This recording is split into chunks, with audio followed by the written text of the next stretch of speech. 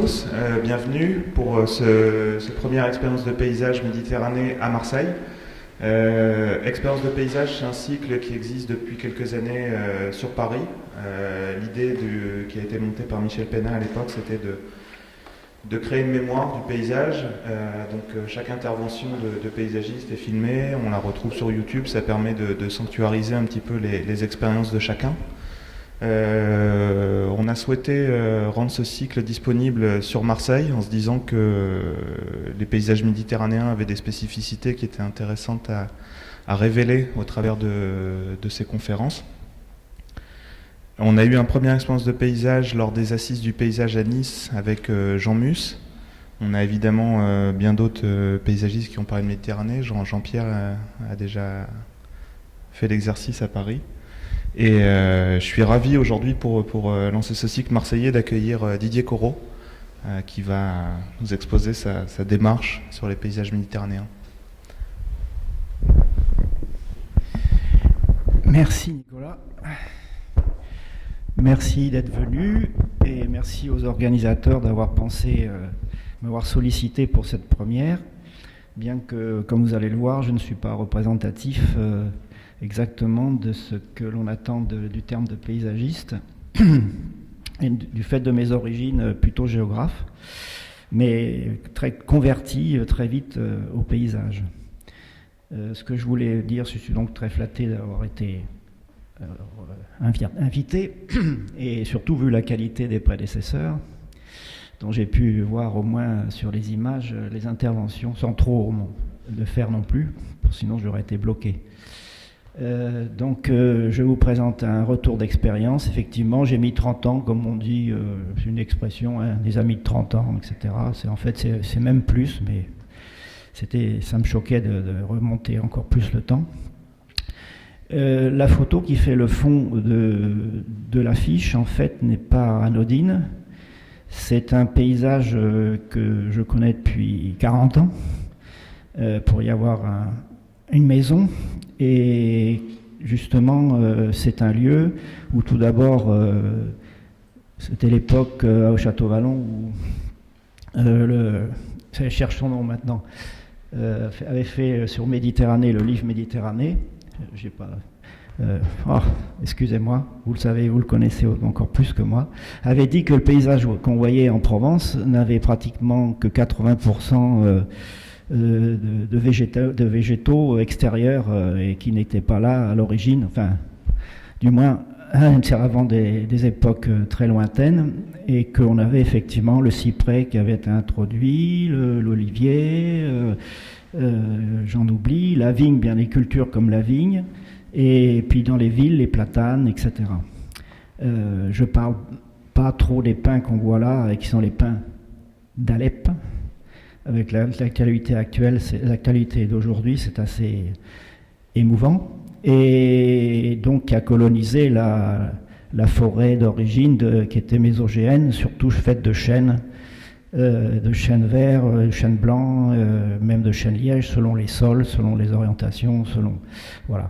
Donc, cette photo, je l'avais choisie non seulement pour montrer que j'ai commencé à percevoir le paysage de la Provence, en tout cas par là, et je veux évoquer donc mes deux amis qui sont venus découvrir cette vue après 68, enfin, et qui sont partis là tout récemment, et dont qui nous manque beaucoup d'étudiants les ont connus ici, et ils ont vraiment été des exceptionnels représentants de notre profession.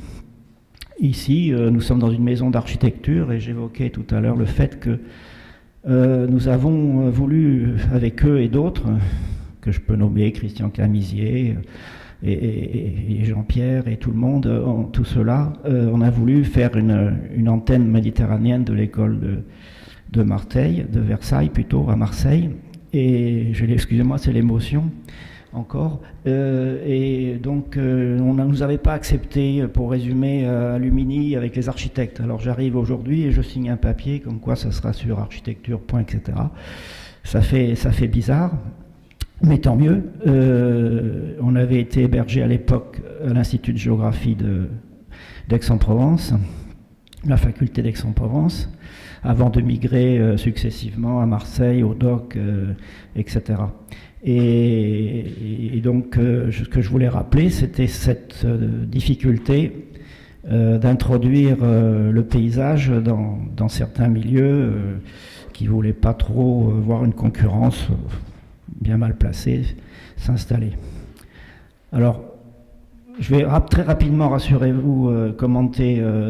J'ai très peu écrit, j'ai mis beaucoup d'images pour pouvoir évoquer donc cette expérience que j'ai eue. C'est que mon parcours est atypique puisque je suis arrivé à l'école du paysage, ça s'appelait la section du paysage à Versailles. Et donc, il y a eu en 68, comme vous le savez, des événements qui ont fait qu'on a pu contacter beaucoup d'autres acteurs dans le paysage, enfin dans la façon de traiter le problème du paysage, et qu'à la suite de ça, le diplôme qui nous est opposé était devenu obsolète. C'était un concours en loge, on était enfermés pendant des heures, on ne pouvait pas communiquer, c'était des sujets imposés, etc. Et on était un certain nombre, dont Joël, Georges, Jean-Pierre qui est là, et d'autres peut-être qui sont là, que je ne vois pas. On avait décidé de changer ça, et d'avoir un diplôme beaucoup plus ouvert, et où on ferait, comme on faisait un stage de fin d'année, de fin d'études plutôt, on pouvait utiliser l'expérience qu'on a eue dans ce stage. Et alors c'était pas possible. Donc pendant 3-4 ans, il n'y a pas eu de diplôme, mais ça fait rien, on a continué à travailler malgré tout, et on a commencé à s'installer. Et donc moi, pour finir, j'ai un peu divergé de l'enseignement des espaces verts pour faire très court, pour aller plutôt vers l'aménagement du territoire, du fait de, comme vous le verrez tout à l'heure, de certains hasards, mais je ne raconterai pas ma vie, je parlerai surtout de l'objet. Voilà, alors ce qu'on a retenu de cette époque, pour moi, c'était le décloisonnement qui m'a ouvert à la pluridisciplinarité, alors qu'avant on était assez refermé sur nous-mêmes. Enfin, je caricature peut-être parce qu'il y avait déjà beaucoup, comme Gilles Clément et d'autres, des ouvertures. Je ne parle même pas de Simon, c'est pas Claude son prénom, c'était je ne sais plus comment, qui avait commencé à faire éclater la caisse. Là, je dis que je rappelle que c'est commun à nous, à tous les paysagistes, c'est la bonne connaissance qu'on appelle de l'état initial, c'est-à-dire de vraiment bien connaître le lieu, le paysage, la lecture du paysage qu'on peut faire avant de concevoir ou, dans mon cas, de faire des expertises ou des projets, enfin des objectifs pour des projets. C'est primordial, et bien souvent c'est ça qui, en tout cas dans mon expérience, m'a permis de pouvoir travailler avec, dans la pluridisciplinarité, avec en plus la maîtrise de qu'on apprend à Versailles de la végétation, du végétal. C'est ce qui nous distingue le plus entre. Alors, j'ai choisi quelques exemples. Ça a été difficile parce qu'il y en avait beaucoup, qui peuvent montrer des différences de retour d'expérience qui pourraient vous intéresser. Et donc on va les balayer. J'espère ne pas être trop bavard. Vous m'entendez bien ? Alors le stage de fin d'études de Versailles, j'ai eu une chance extraordinaire. On nous informait à l'école des stages qui étaient disponibles. Et c'est celui-là qui n'avait personne. Enfin, moi, je décidais parce qu'il fallait s'expatrier quand même de Versailles. Et donc, j'ai eu la chance de connaître le paysagiste Pierre Pillet qui travaillait sur ce projet. C'était vraiment, à l'époque, on faisait les villes nouvelles, le Languedoc s'urbanisait, la côte touristique, etc., etc. Donc c'était quand même, je ne savais pas vraiment ce qui allait se passer, mais je voyais bien qu'il y avait un potentiel, en tout cas d'apprentissage, technique certainement, et en même temps intellectuel, de venir de là. Et donc en plus la présentation d'un urbanisme maritime, c'était assez extraordinaire de pouvoir y aller. Alors je disais que Pillet, donc, qui est des PLG de l'NSH, était rentré dans l'équipe de l'architecture Balladur, pas le frère de l'autre, et qui a donc été intégré très vite dans l'équipe. Et c'est là qu'on a vu la possibilité d'un travail commun, architecture et paysage et géographe, puisque finalement la situation géographique est extrêmement contraignante. Et donc il a travaillé sur ce qu'on avait appelé la hiérarchie des espaces, et pour conforter la conception initiale de l'architecte, mais il y avait des allers-retours, il y a eu des modifications, et le stage pour moi a été particulièrement enrichissant, notamment pour le voir une ville-parc. À l'époque, c'était exceptionnel, hein, c'était une avant-première, en tout cas en France.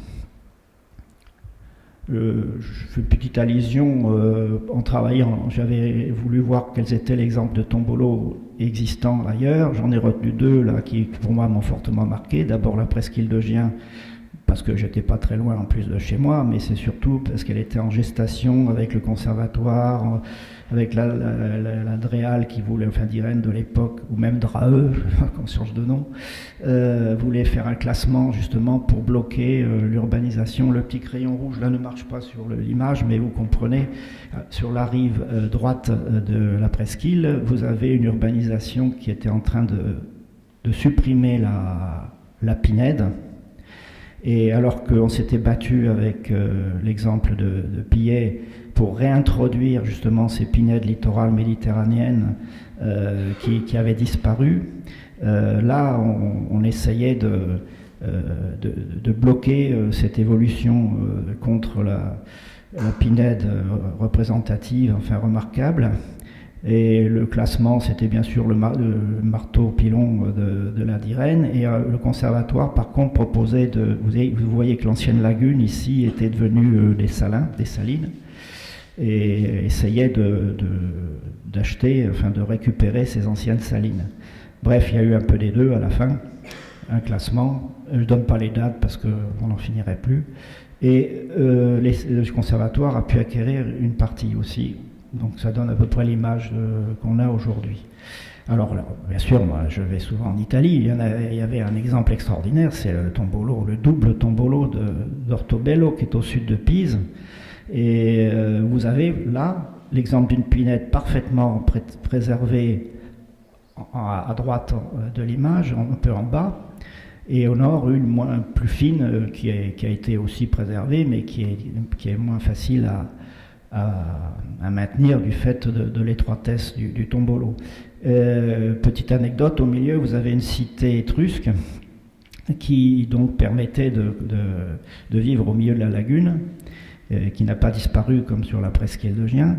Et petit détail historique aussi, cette cité étrusque bordée de quais étrusques avec des pierres extraordinaires, enfin cyclopéennes, on se demande comment ils faisaient. Mussolini a décidé de faire arriver une gare dessus, un peu comme à Venise, hein. Donc, la gare de Venise, c'est aussi le même procédé, une digue et un train, donc c'est accessible de Rome, peu importe. Donc c'est pour montrer la richesse de ces territoires tombolos. Bien sûr, sur la côte languedocienne, il y en a beaucoup d'autres, hein, mais j'ai choisi ces deux-là parce qu'ils sont emblématiques d'une gestion donc de protection assez différente, et le résultat est là. Oui, enfin bon, tant pis, je peux pas tout dire.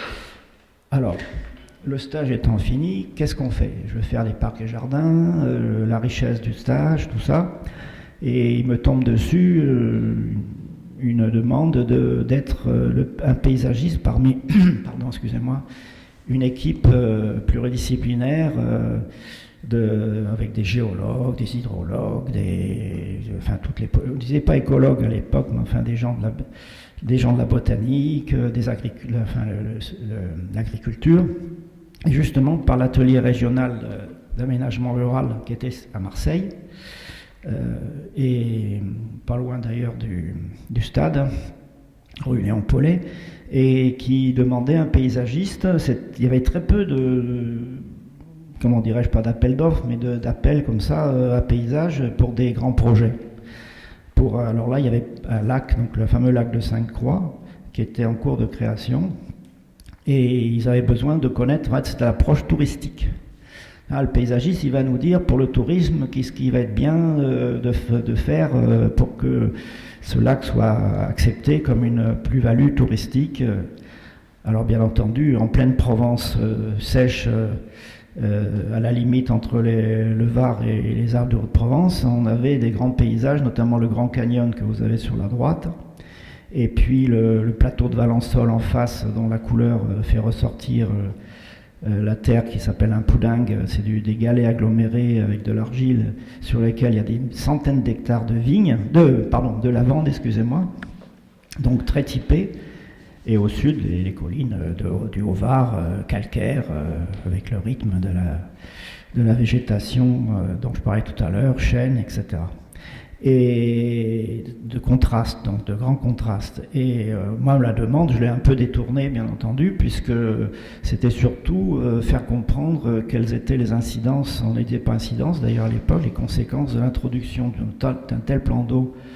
Attendez, la chiffre, c'est une centaine d'hectares. Non, qu'est-ce que je raconte? Plus que ça, je ne sais plus.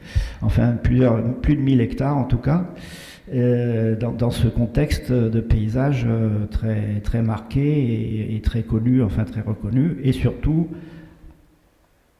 la suppression d'une plaine vivrière où il y avait des cultures pour même jusqu'à Toulon, Verding, vers Manosque, où il y avait des vergers et une grande richesse agricole sur un sol limoneux que le Verdon avait déversé au sortir de ses gorges. Alors, heureusement, il y avait la démarche d'un territoire. Parce que d'un projet, un territoire, c'est une chose que j'ai oublié de dire tout à l'heure, mais un projet de territoire et un projet d'infrastructure, là c'est pas le cas, mais un projet d'aménagement lourd. Dans les réunions pluridisciplinaires, il avait été acquis qu'on ne se contenterait pas de regarder que le lit, que la vallée du Verdon, mais tous les pays qui seraient impactés, enfin concernés en tout cas, par l'arrivée de cet énorme aménagement et changement. J'ai réduit là toutes les cartes, mais c'est un dossier qui fait une centaine de pages, et j'ai ressorti donc la première à gauche qui vous montre le périmètre intercommunal qui avait été défini depuis le Haut-Verdon tout en haut là, du côté d'Alos jusqu'à la Durance pratiquement, hein. Et j'ai défendu le fait de le faire le plus large possible en fonction d'unités, enfin je disais pas en tout cas une typologie paysagère. C'est la carte numéro 2 où on voit que j'avais défini au nord des gorges une série d'espaces caractéristiques qui devaient être traités différemment, enfin en tout cas pris en compte différemment. Et on voit qu'en haut c'est plutôt des masses assez importantes. Par contre, il y a aussi celles qui sont au sud, et au sud on avait, comme je l'ai dit tout à l'heure, le plateau de Valensole au nord et les collines du Haut-Var au sud. C'était assez homogène.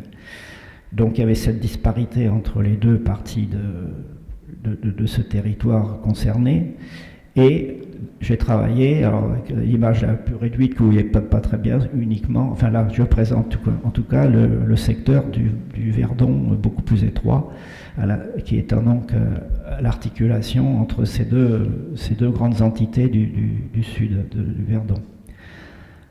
Ça a été assez émouvant de retrouver quelques dessins, notamment cette coupe que j'avais faite de l'occupation du sol avant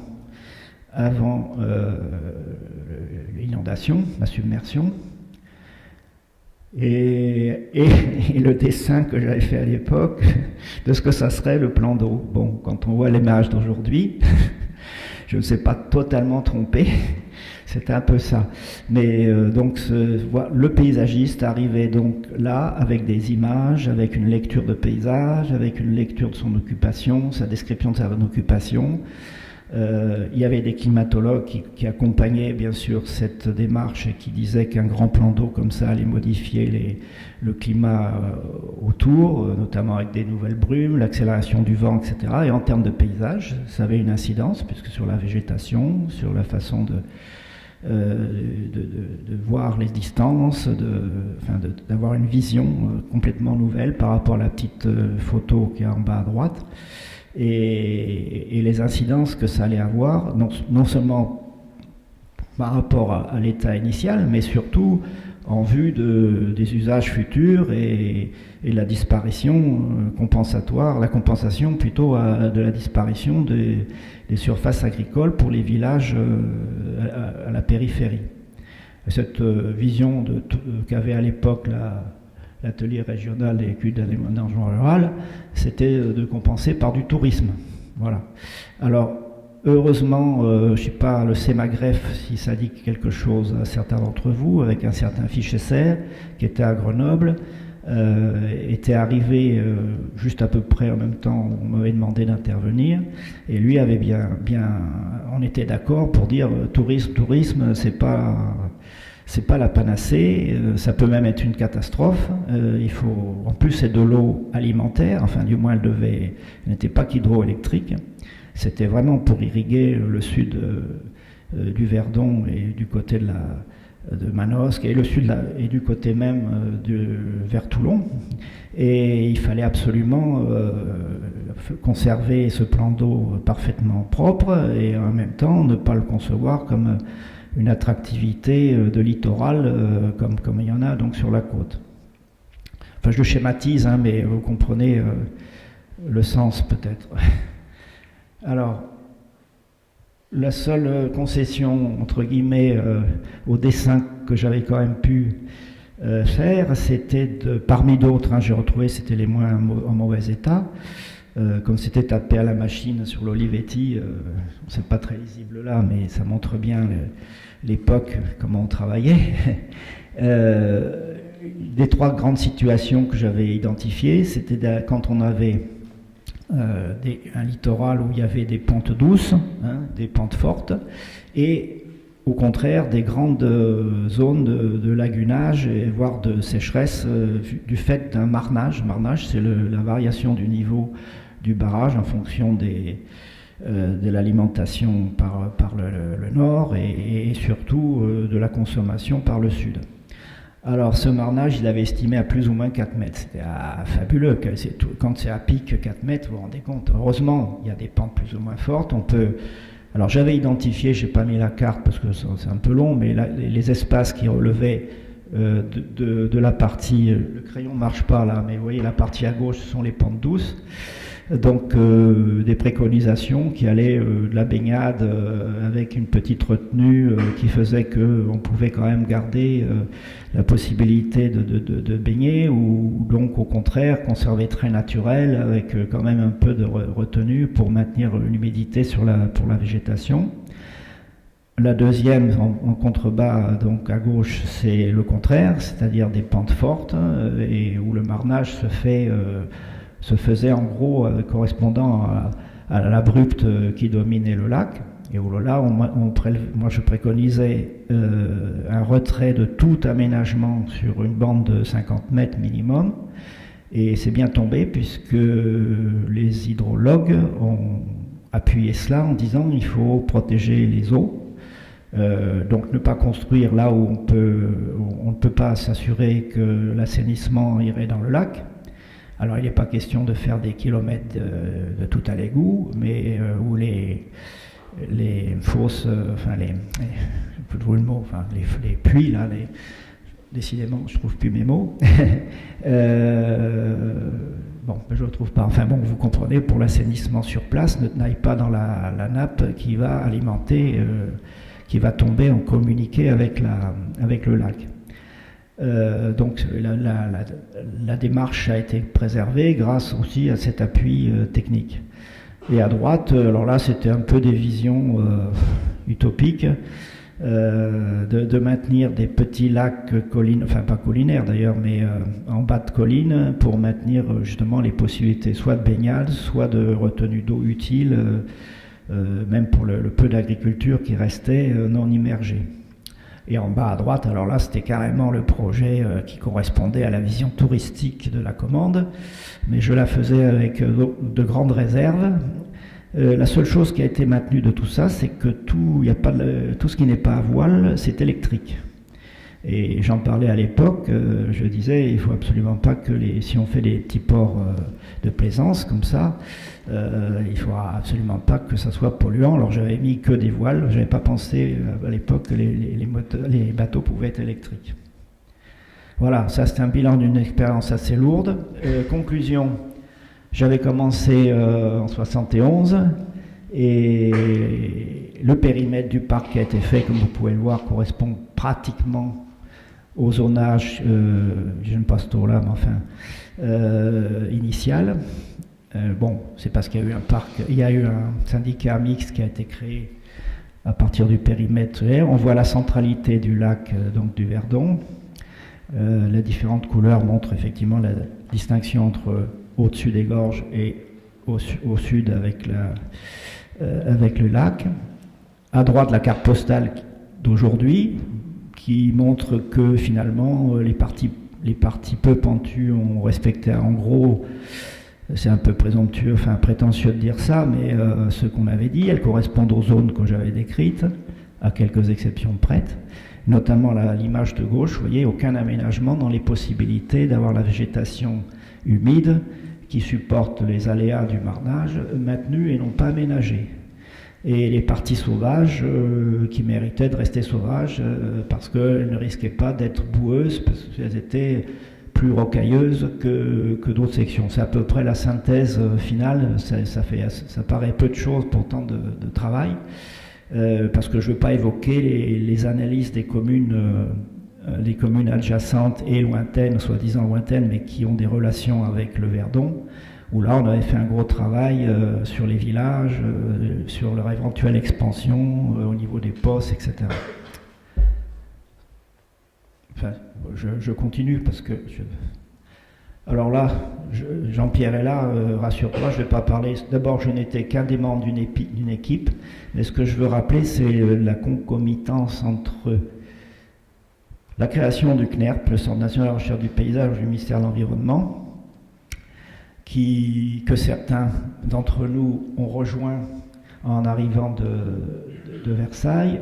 Et pourquoi ? Parce qu'il y avait la création d'un syndicat mixte autour du projet de Sophia Antipolis que certains connaissent bien. Et je veux faire court, nous avons fait une équipe pendant plusieurs mois, entre 8 et plusieurs mois, même plus, de spécialisation, entre guillemets, en tout cas dans mon cas pour Versailles, qui avait relancé un diplôme et que beaucoup d'entre nous ne pouvaient pas faire puisqu'on avait pris des activités professionnelles qui nous prenaient trop de temps.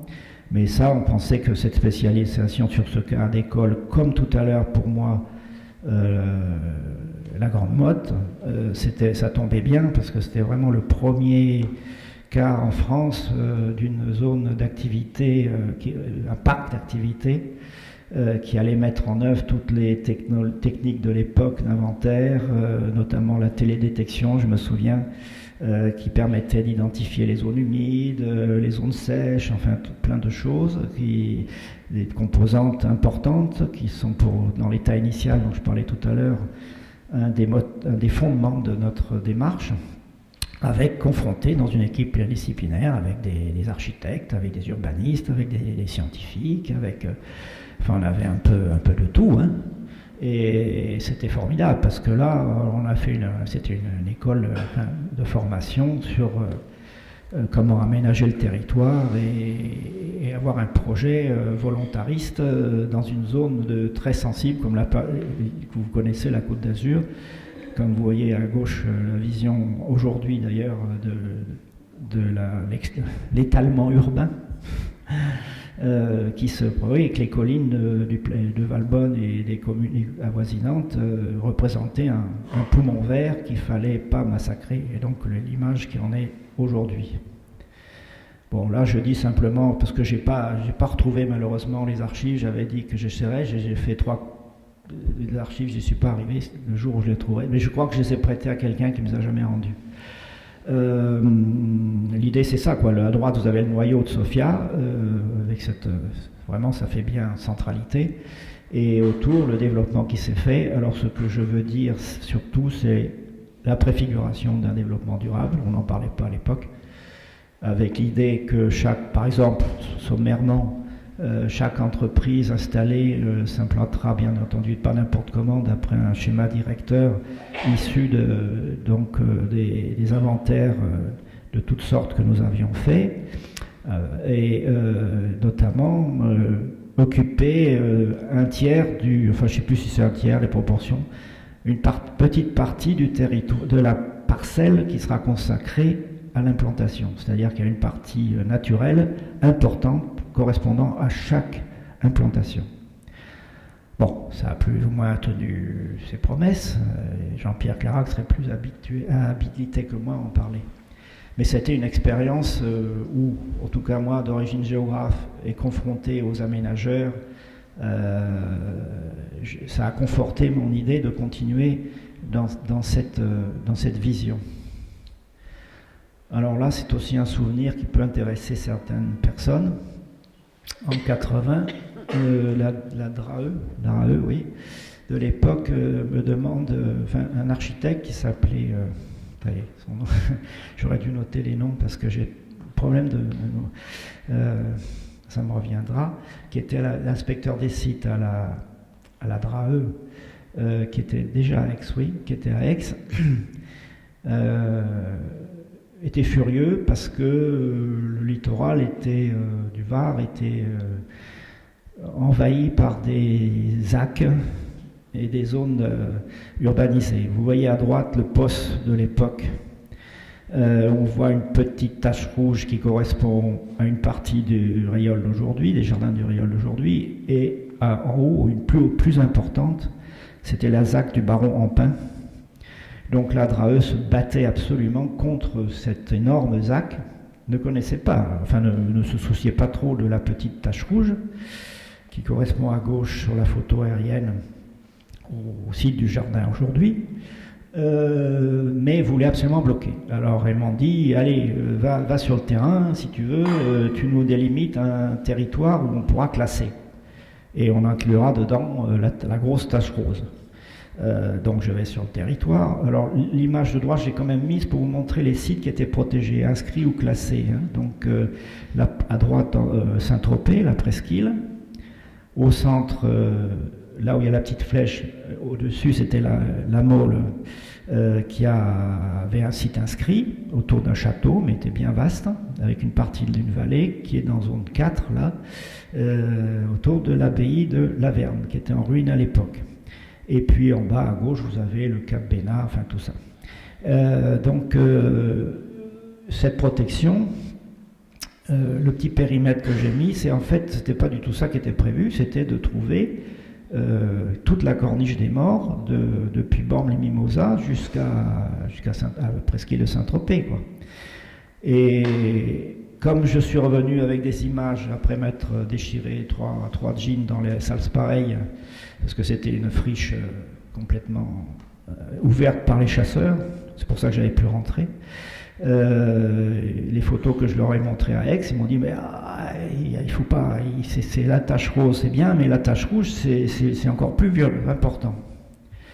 Enfin, c'est ce que je leur avais démontré. Et on a appelé ça la fenêtre verte du Rayol jusqu'à Cavalère.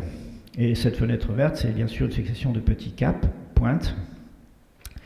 Là, c'est les photos d'époque que j'ai retrouvées quand même et qui montrent, je vous ai mis site futur jardin du conservatoire en 89, mais ça, c'était des photos de 80. Donc, je vais justifier dans mon étude le fait de faire cette fenêtre verte. Et au sein de cette fenêtre verte, il y avait le site du Dattier sur la commune de Rayol. Ah oui, c'était intercommunal entre Rayol et Cavalère. Ça, c'est sur ça, et qu'on appelait la propriété hypothèse. Il y avait 150 hectares, donc jusqu'à la crête. À gauche, en haut de la butte, vous voyez déjà l'urbanisation grimpante, vue mer, bien entendu, qui était en train de coloniser tout le littoral. D'où la colère de Philippe Dieudonné. Voilà, j'ai retrouvé son nom, architecte. Et d'ailleurs, à ce propos, j'ai été interdit de séjour dans cette commune par le maire de l'époque, parce qu'il avait un projet d'une mutuelle de faire 40 bungalows sur tout le territoire, y compris le jardin actuel du Rayol. Alors c'est Gilles Clément aujourd'hui, parce que le problème c'est que la gestion des sites classés, c'est pour ça que j'étais pas favorable, bien que travaillant sur les sites protégés, aux sites classés, parce que la gestion d'un site classé c'est nul. Si personne vient derrière pour assurer la gestion, que ce soit le département, ce qui aurait pu être le cas dans le Var en tout cas, mais le président du conseil général de l'époque, qui se disait le parrain du Var, guillemets, avait des millions de réserves pour la gestion des espaces naturels dits sensibles que le département pouvait acquérir, ne voulait absolument pas dépenser un sou pour bloquer l'urbanisation qui était prévue. Et c'est là où j'ai argumenté dans la mission qui m'était confiée que toute la fenêtre que je vous ai montrée tout à l'heure précédemment, y compris bien sûr ce secteur-là, devait être acquis par le département ou quelqu'un qui se substitue à la commune qui refusait d'abandonner son projet de bungalow. Donc heureusement le conservatoire, mais le temps a quand même passé, vous voyez, 89. Donc entre 82 et 89, il a fallu que l'équipement du Var bloque systématiquement le projet de ZAC pour qu'on en arrive en 89 à l'acquisition de ce terrain. Et ça a été donc un combat. Alors le paysagiste là-dedans était de toutes les réunions, de toutes les justifications qu'on pouvait apporter en termes de paysage, bien entendu, pas que photographique, hein, il y avait d'autres détails que maintenant on connaît mieux parce que le projet... Alors c'est Gilles Clément après qui a conçu le Jardin des Méditerranées et qui correspondait, disons, à la philosophie du conservatoire. Petite parenthèse, c'était un des premiers sites anthropisés dont le conservatoire faisait acquisition, parce qu'avant il n'acquérait, je vais y arriver, que des terrains naturels non anthropisés, les caps, etc. Et là, heureusement, c'est arrivé et on a pu proposer donc à la commune, qui entre-temps avait un peu changé de pilotage, donc un projet. Alors je ne rentre pas dans les détails, mais c'est le résultat. Donc vous voyez le temps long, là aussi, parce que je n'ai pas trop dit ça, mais Jean-Pierre aime bien l'expression le temps long dans notre profession. Il faut savoir l'assumer. Voilà, donc ce qui est une anecdote, en 82, donc je rendais mon projet le Trait Rouge, qui a été validé, j'ai les courriers, donc tout ça c'est validé, en distinguant 2 zones, même 3 zones, mais là je vous montre la partie, enfin l'ensemble plutôt. Et en 95, le Var Matin disait Mort et Estérel bientôt classés. Oui, mais c'était pas encore fait. 2007. Il a fallu attendre 2007. Et en attendant, les futurs jardins du Rayol commençaient à être en gestation, mais il y avait des grosses difficultés. Je ne vais pas trop rentrer dans les détails, mais moi, la commune de Cavalère, qui était propriétaire du vallon qui faisait la partie importante de la crête jusqu'à la mer de la fameuse fenêtre, m'avait demandé de réfléchir à qu'est-ce qu'on peut faire dans ce vallon. Voilà. Alors donc le Rayol avait son évolution et donc là j'avais fait une exposition en mairie de Cavalère, je me souviens, où je disais le fond du vallon est très intéressant et on pourrait faire une succession de zones, d'espaces différenciés en fonction de leur structure et de leur physionomie.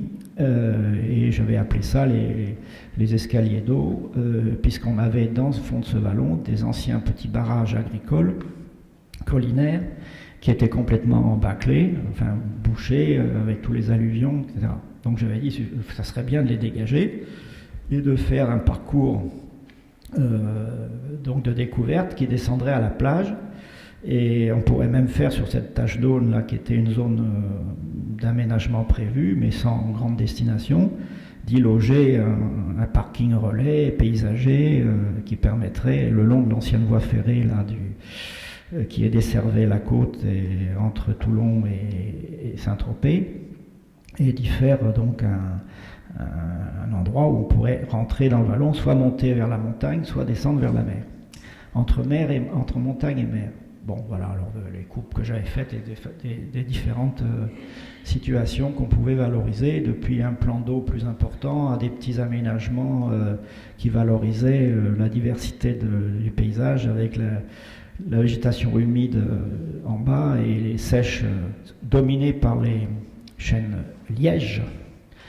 Et d'ailleurs, ils ont tous brûlé et ils sont repartis aujourd'hui.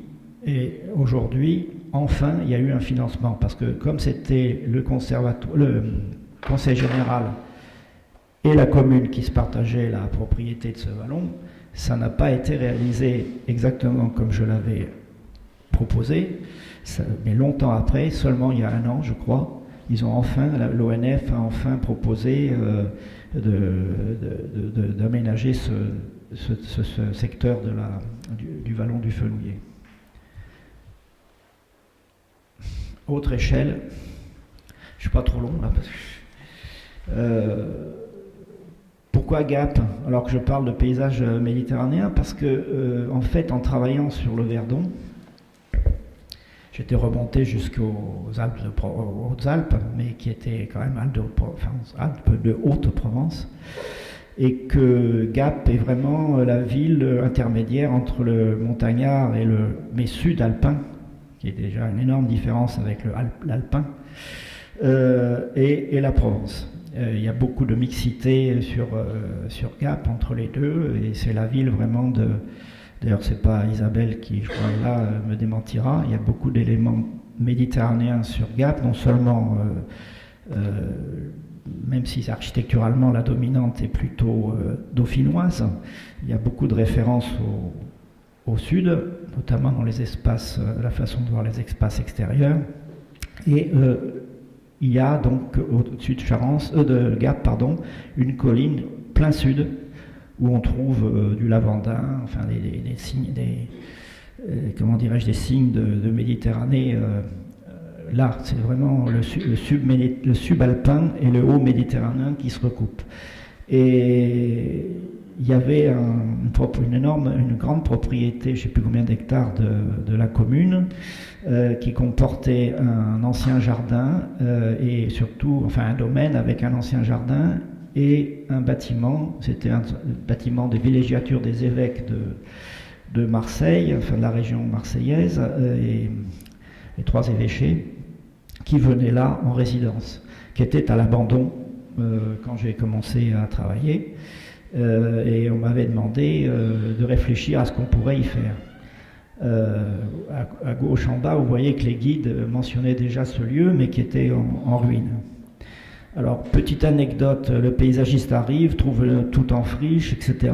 Il imagine déjà des choses un peu utopiques, mais il y a eu un clash important qui a déclenché l'affaire, c'est que le petit lac que vous voyez au-dessus du site du château sur la photo à droite, menacé de partir à la pente, puisqu'il n'était pas entretenu, qu'il n'était pas nettoyé et qu'il débordait, et que l'architecture commençait à se fissurer. D'ailleurs, ça rappelle un peu le Rayol, parce que le Rayol, quand je l'ai visité, les bâtiments étaient aussi fissurés, et d'ailleurs, il y en a encore un qui a des problèmes.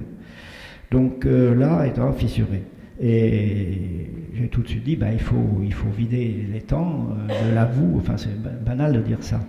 Et quelle ne fut ma terreur de voir arriver quelques semaines plus tard des engins de terrassement qui attaquaient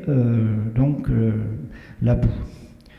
Alors, attention, parce que vous allez faire le pile plus de mal en enlevant toute la couche qui permet l'imperméabilité, et vous allez activer l'affouillement du château, des fondations du château. et des terrasses qui sont devant. Alors, moi je me souviens de m'être interposé, de faire arrêter tout, d'essayer de téléphoner, mais il n'y avait pas de portable, mais à gauche, à droite, pour arrêter l'entreprise. En fait, c'était le service technique de la ville qui était là en train de massacrer l'affaire. Et petite anecdote, finalement, je ne rentre pas dans les détails, c'est une grande entreprise qui a été consultée qui s'appelle Sauveterre. Et Sauveterre a tout sauvé en aspirant la boue et en gardant bien les argiles d'étanchéité qui étaient au fond, contrairement à ce qu'elle était en train de faire. Donc il y a eu une grande menace sur ce site.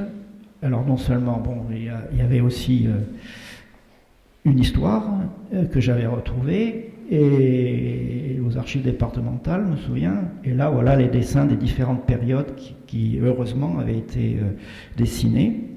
Et on voit que l'occupation des jardins évoluait un peu entre le verger et un jardin d'agrément décoratif, enfin style à la française, entre guillemets, à la versaillaise.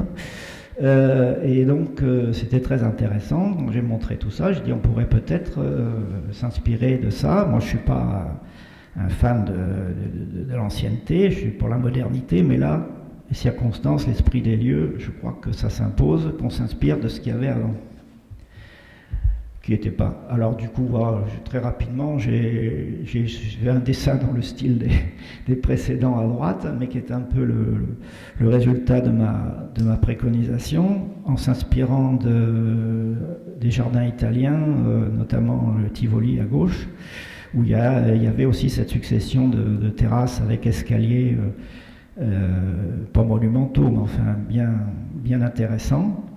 En faisant les coupes des différents niveaux, on arrivait. Alors j'ai défendu ça. Le parc en attendant s'était porté acquéreur, donc m'avait demandé d'inclure cette préconisation dans leur proposition.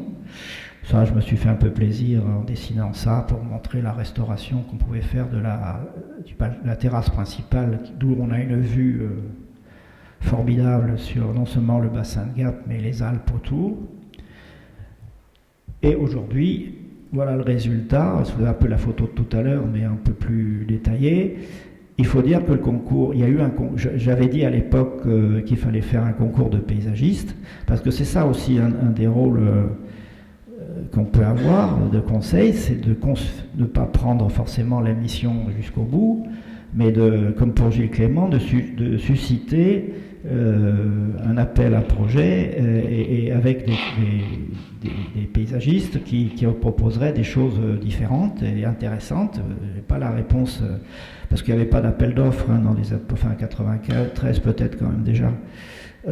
Mais plutôt que de prendre systématiquement de l'origine jusqu'à la fin. Surtout que c'était quand même, ça demandait beaucoup de temps et on ne peut pas se partager autant qu'on veut. Donc voilà le résultat maintenant, et c'est des paysagistes d'un atelier que à l'époque j'ai dû connaître, mais j'ai perdu de vue. Voilà, le Torlot. Tout ça pour montrer que la vision du paysagisme est parfois bien nécessaire, surtout pour les projets administratifs de protection. Et là, je suis tombé sur, si je puis dire, les Alpilles, que la DIREN, on va dire, voulait renforcer le site classé le site inscrit en site classé. Et heureusement, j'avais affaire à une inspectrice des sites, Nerte Dautier, bien qu'historienne de formation, avait l'idée que les classements, c'était vraiment Bon, dans le cas du Riol, c'était important de tout bloquer et puis après de réfléchir à ce qu'on pourrait faire dedans, parce que c'était menacé. Mais dans une gestion d'un monument naturel comme les Alpilles ou d'autres comme la Sainte-Baume et la Sainte-Victoire, bien entendu, et autres, les classements, c'est pas bon. Ça permet dans un premier temps de définir un périmètre, mais justement, la pertinence de ce périmètre, pour les Alpilles, n'était pas bon. Enfin, en général, n'est jamais bon. Parce qu'en fait, les Alpilles, c'est quelque chose qu'on voit, comme la photo de droite le montre, j'espère que vous la voyez. C'est quelque chose qu'on voit de loin, Donc classer les rochers, s'arrêter comme c'était dans le site inscrit précédent, à la lisière des bois, comme on voit sur la photo, la lisière naturelle, ça n'avait pas de pertinence. En 93, donc on a commencé à travailler, alors là le temps long, il va être long, et soudain, en 2003 je crois, arrive la loi royale là, qui préconise la directive des paysagères, et la PACA a été la première région à s'essayer à cet exercice d'une directive paysagère. Elle était très formelle, très formelle. Ils avaient décrit ça à la DNP, la direction des paysages du ministère, des critères très contraignants, enfin très limités, j'allais dire plutôt. Contraignants non, mais limités. Bon, déjà, on reprend le périmètre. Là, c'est trop petit pour vous voyez, mais le périmètre était quasiment ancien, était collé au massif, hein, au pied du massif. Et nous, on proposait un périmètre beaucoup plus large qui correspondait à la vue que j'ai montrée tout à l'heure, un peu à l'est, un peu à l'ouest, beaucoup au sud et un peu au nord. Au nord, c'était la ligne de la route, la fameuse route Saint-Rémy-Oraison. Non, c'est pas Oraison, je ne sais plus comment. Enfin, le Rhône. Non, la Durance, j'y arrivais. Donc, on avait réussi, sauf une commune qui fait une encoche, qui voulait faire partie de tout ça, qui est des Galières. Mais apparemment, on avait réussi à convaincre, et ça, c'est du temps long. On disait une directive, c'est pas un classement, parce que les gens voient mal arriver à un classement. On dit, je vais pas pouvoir faire pas que ce soit, etc. On disait, non, c'est beaucoup plus dynamique, justement. Par contre, on se fait plus large, on est plus souple, on implique davantage le territoire, les gestionnaires et les habitants de ce territoire, et on réfléchit sur ce qui vaut vraiment le coup. On était limité parce que les critères paysagers, c'était les cônes de vue, les zones de vue sensibles. Alors déjà, il fallait intellectuellement se mettre le cerveau entre les cônes de vue et les vues sensibles. Et puis les arbres, les alignements remarquables, comme la fameuse nationale qui est au nord des Alpilles.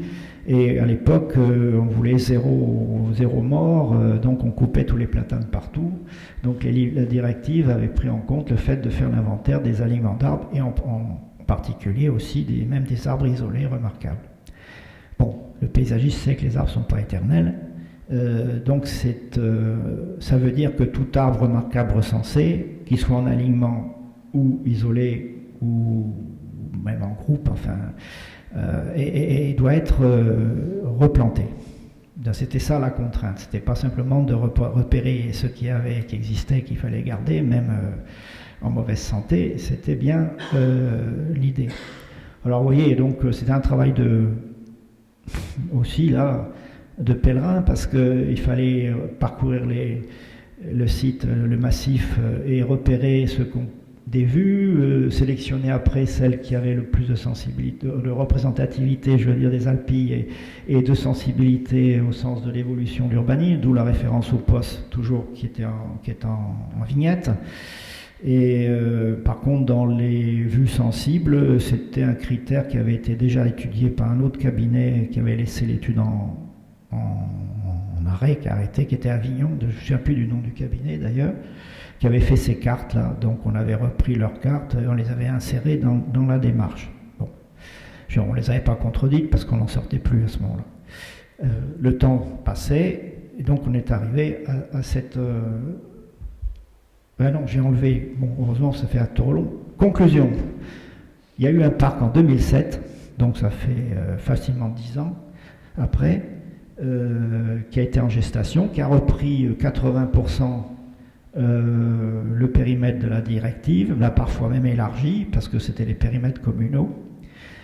Et je profite de cette carte, je ne sais pas si elle est finalement elle n'est pas si nette. Vous voyez qu'au sud, vous avez des communes qui ont des territoires en plaine, avec toute l'agriculture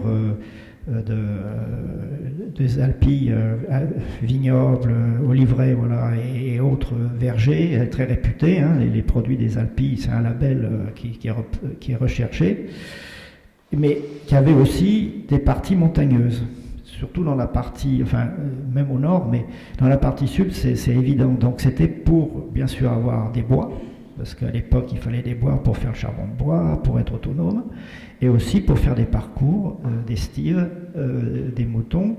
Les Alpilles étant toponimiquement d'origine très petites Alpes. Donc ces très petites Alpes avaient leurs propres petites estives. On n'était pas obligé de remonter la Durance pour aller jusqu'à Gap et au-delà pour aller faire ces estives. Alors bien sûr c'était une époque différente, hein. Il n'y avait pas les troupeaux qui partaient en transhumance pendant des jours et des semaines. C'était vraiment le troupeau local, le troupeau communal. Dans les défends. Défense, c'est la mise en défense, c'était la mise en, d'ailleurs comme partout en France d'ailleurs, la mise en protection de terrains communaux ou communs avant que les réglementations changent, et pour avoir même des fours à bois pour faire du bois de chauffage, du charbon de bois, etc. Voilà, alors ça c'est une remarque parce que c'est très, très illustré. Là, les Alpilles, c'était une des caractéristiques de ces communes avec deux territoires nettement différenciés et qui auraient pu être dissociés par des limites administratives, et au contraire, là c'est transversal et non pas oui, horizontal, on peut dire. Alors, autre grande démarche pluridisciplinaire sur un grand territoire où l'approche du paysagiste a modifié la commande d'origine, surtout sur l'aspect paysage-patrimoine, et où on a eu la chance de pouvoir travailler avec, sur le même territoire, dès le départ, sans avoir de périmètre défini, avec un écologue, un bureau d'études écologiques, qui a fait l'inventaire de toutes les connaissances de la vallée de la Durance. Alors nous, on travaillais, enfin nous, je n'étais pas tout seul bien sûr, il y a marqué à gauche en bas Adèle Consultant, nous étions un bureau d'études que j'avais rejoint quelques années auparavant à Aix, où j'étais le paysagiste, avec un urbanisme, un environnementaliste, on était au moins 5 professions différentes, même sociologue. Bernard Barilero, certains d'entre vous ont peut-être connu, qui malheureusement est déjà parti lui aussi. Et donc on a travaillé ensemble avec un financement conjoint plutôt, à gauche pour nous paysage patrimoine d'Irène, et à droite région pour l'écologie. Et on a défini un périmètre d'études qui, à la fin des fins, s'est révélé de crête à crête. Parce que si on prenait bassin versant, alors là, c'était plus le même travail et on ne pouvait pas le faire.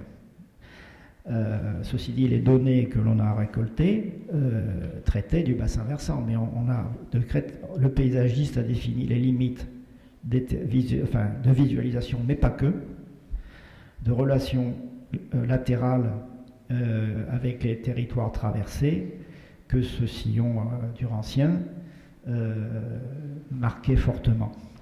Alors avec un marquage géologique très fort, puisqu'on avait des verrous successifs qui faisaient qu'on pouvait distinguer 4 types de durance.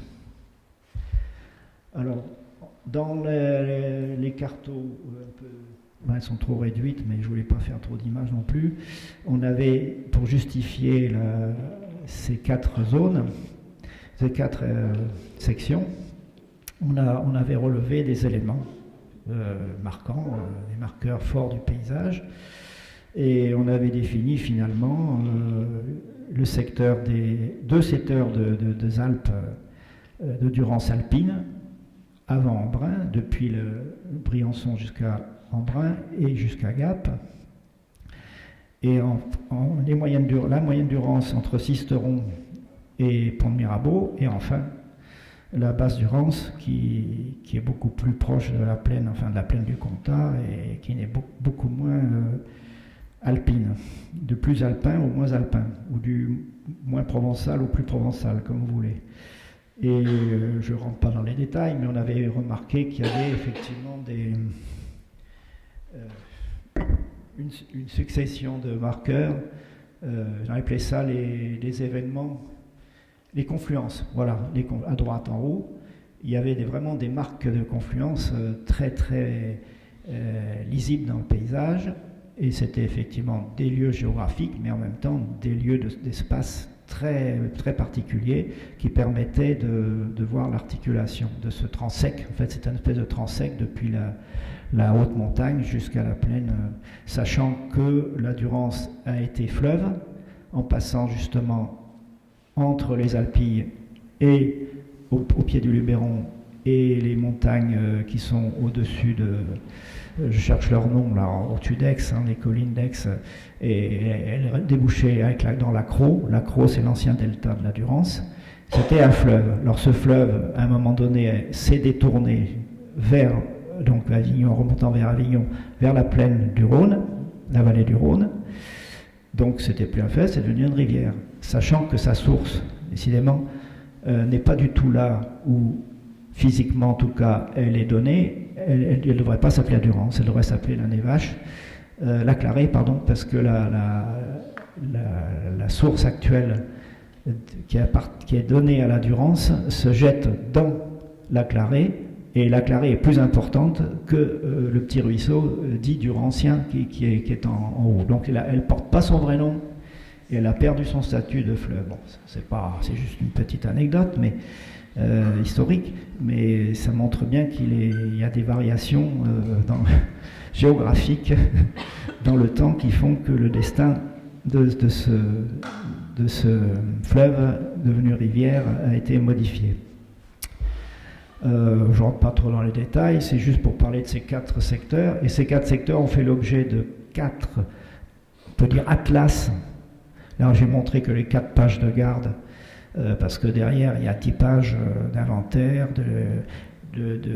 comment dirais-je, de détermination des enjeux, aussi bien en patrimoine, en espace, enfin en paysage et en écologie.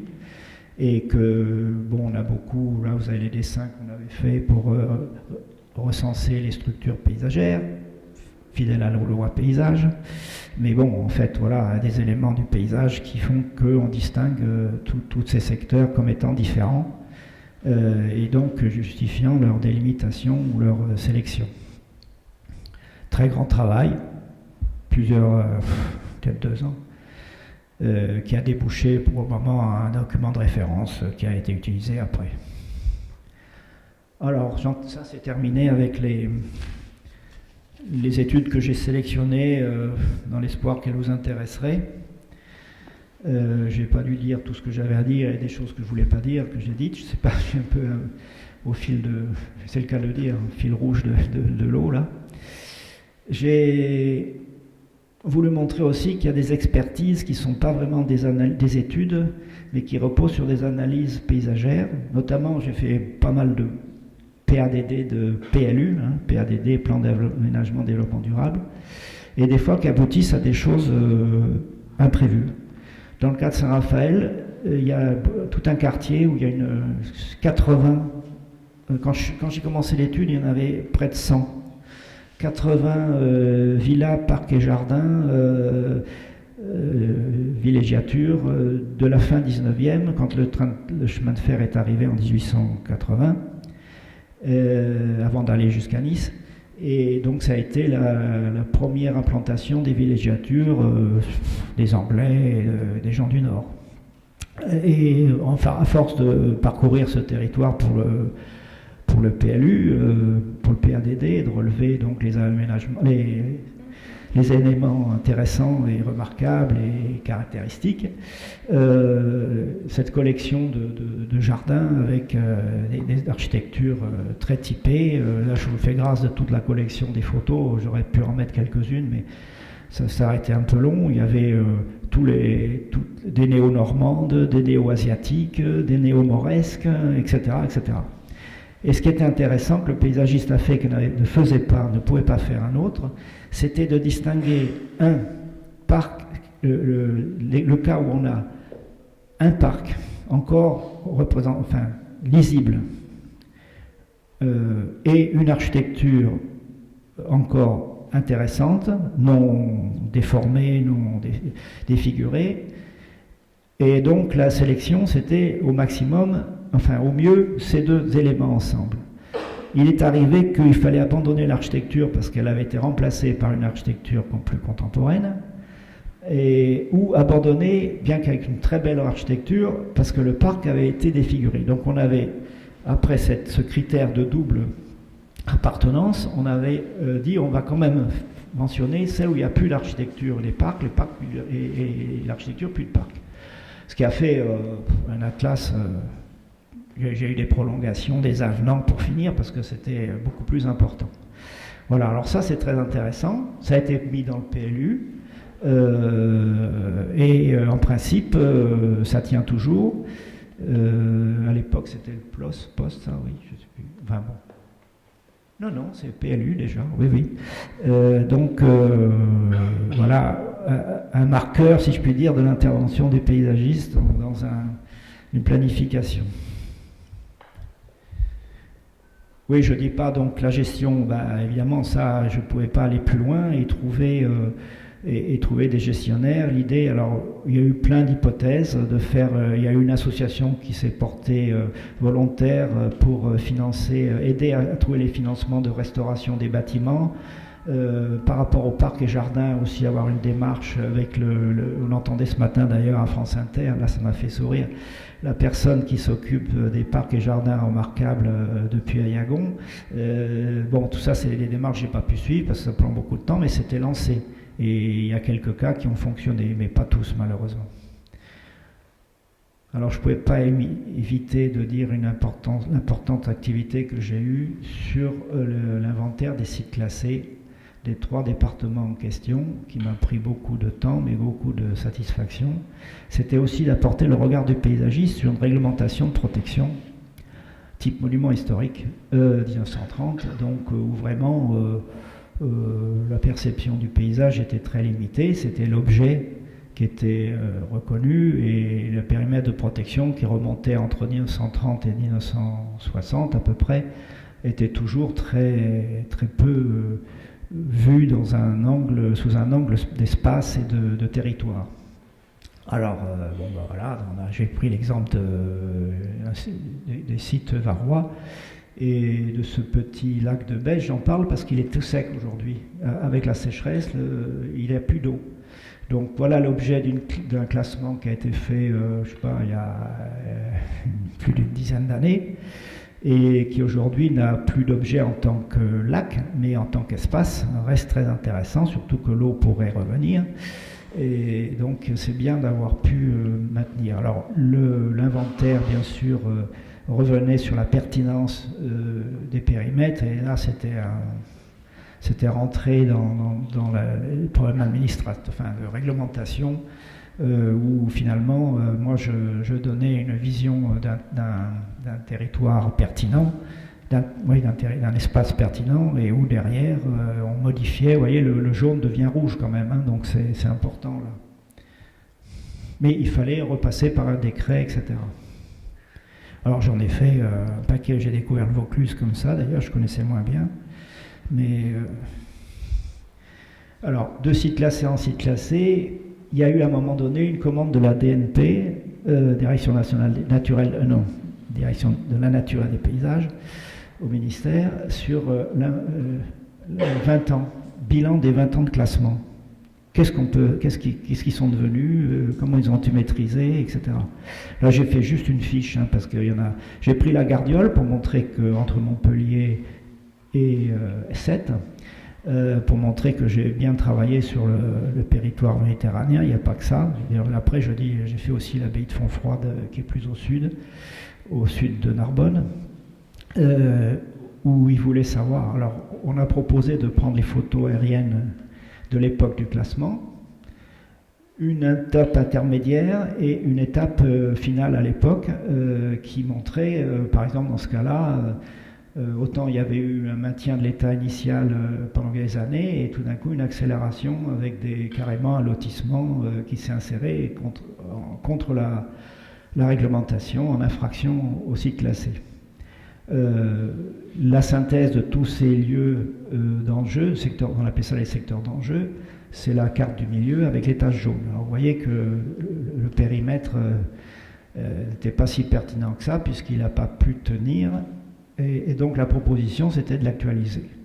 Alors je vous fais grâce de l'actualisation, mais en fait, elle supprimait des taches jaunes et elle rajoutait au contraire des zones non impactées qui n'auraient dû être classées à l'époque. Sachant que, comme pour les Alpilles, le paysagiste disait non, mais attendez, c'est bien joli de préserver les lisières, mais c'est ce que l'on voit, c'est d'où est perçu le site. Alors au nord, par exemple, mon périmètre a repris la ligne droite de la fameuse nationale qui traverse la plaine, la voie domitienne d'ailleurs, romaine, et au sud, la route le trait noir que vous voyez. Donc on a réussi, certaines communes ont réussi à jouer le jeu, sachant que là aussi le classement n'est pas une panacée, mais qu'elle était réactive à des menaces importantes, notamment Frêche, le maire de Montpellier à l'époque, voulait faire la zone, la déchetterie de Montpellier, la décharge de Montpellier le long de la route au nord des Alpilles. Donc il y avait et au sud, c'était l'urbanisation, d'ailleurs les taches jaunes que vous voyez, liées à Sète, à proximité de Sète, et la recherche de terrain avec vue mer. Voilà. Donc il y a des tas de sujets et de discussions et d'heures de revenir sur le sujet, le métier, ça fait remettre sur le métier l'ouvrage, mais c'est passionnant, mais c'est un peu fatigant. Surtout là encore, on avait un inspecteur des sites de la DREAL, je ne sais plus si c'était déjà la DREAL, non c'était encore la DIREN peut-être, de Montpellier, qui était un inspecteur un peu comme Philippe Dieudonné, j'avais eu à l'origine pour le Rayol, qui était tout à fait d'accord avec la vision de cela. Un détail, c'est des expertises. Hein. J'avais participé au périmètre de classement d'Esterel, et on avait dit, mais il y a quand même quelque chose qui est... Le noyau dur de l'Esterel, là aussi, c'est pas simplement les limites de lisière naturelle. Il y a parfois des endroits qui sont des coups partis, mais on peut aussi d'où est perçu l'Esterel. Alors bon, depuis la mer, depuis la terre, depuis la côte, depuis la ville, etc. Parce que bon, il y a le paysage vécu, là j'en ai pas parlé tout à l'heure, mais tout ce qui est vécu, c'est une des données majeures de la dimension de notre travail.